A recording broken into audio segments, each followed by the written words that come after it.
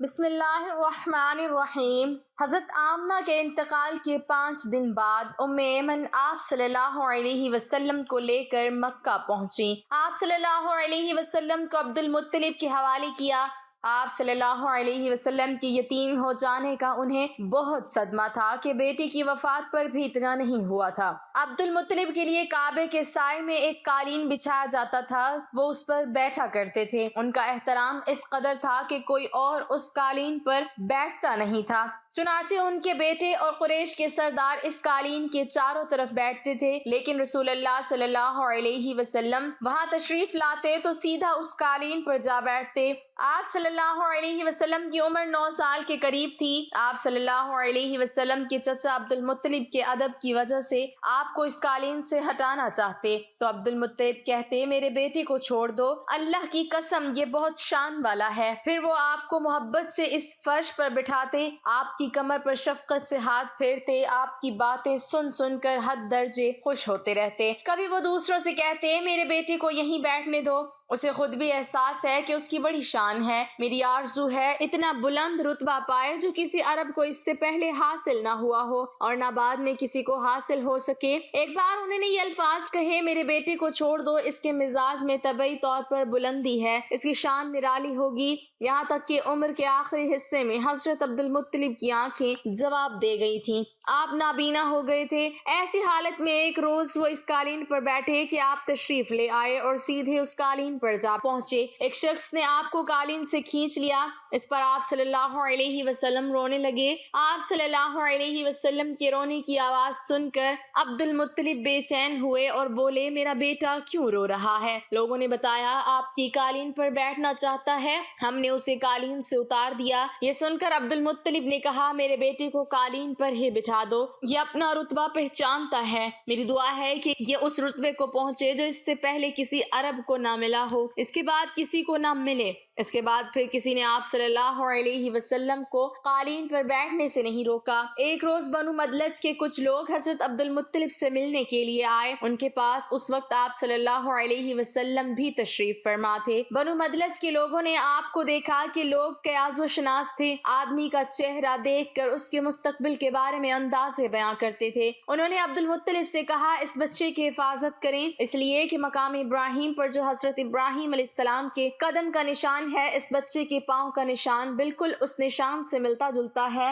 اس قدر مشابہت ہم نے کسی اور کے پاؤں کے نشان میں نہیں دیکھی۔ ہمارا خیال ہے کہ یہ بچہ نرالی شان کا مالک ہوگا، اس لیے اس کی حفاظت کریں۔ مقام ابراہیم خانہ کعبہ میں وہ پتھر ہے جس پر حضرت ابراہیم علیہ السلام کعبہ کی تعمیر کے وقت کھڑے ہوئے تھے۔ معجزے کے طور پر اس پتھر پر حضرت ابراہیم علیہ السلام کے پیروں کے نشان پڑ گئے تھے۔ لوگ اس پتھر کی زیارت کرتے ہیں، یہی مقام ابراہیم ہے۔ چونکہ آپ صلی اللہ علیہ وسلم حضرت ابراہیم علیہ السلام کی نسل سے ہیں، اس لیے ان کے پاؤں کی مشابہت آپ صلی اللہ علیہ وسلم میں ہونا قدرتی بات تھی۔ ایک روز حضرت عبد المطلب خانہ کعبہ میں حجر اسود کے پاس بیٹھے ہوئے تھے، ایسے میں ان کے پاس نجران کے عیسائی آ گئے، ان میں ایک پادری بھی تھا۔ اس پادری نے عبد المطلب سے کہا کہ ہماری کتابوں میں ایک ایسے نبی کی علامت ہے جو اسماعیل کی اولاد میں ہونا باقی ہیں، یہ شہر اس کی جائے پیدائش ہوگا، اس کی یہ نشانیاں ہوں گی۔ اب یہ بات ہو رہی تھی کہ کوئی شخص آپ صلی اللہ علیہ وسلم کو لے کر وہاں آ پہنچا۔ پادری کی نظر جو ہی آپ صلی اللہ علیہ وسلم پر پڑی، وہ چونک اٹھا۔ آپ صلی اللہ علیہ وسلم کی آنکھوں، کمر اور پیروں کو دیکھ کر وہ چلا اٹھا،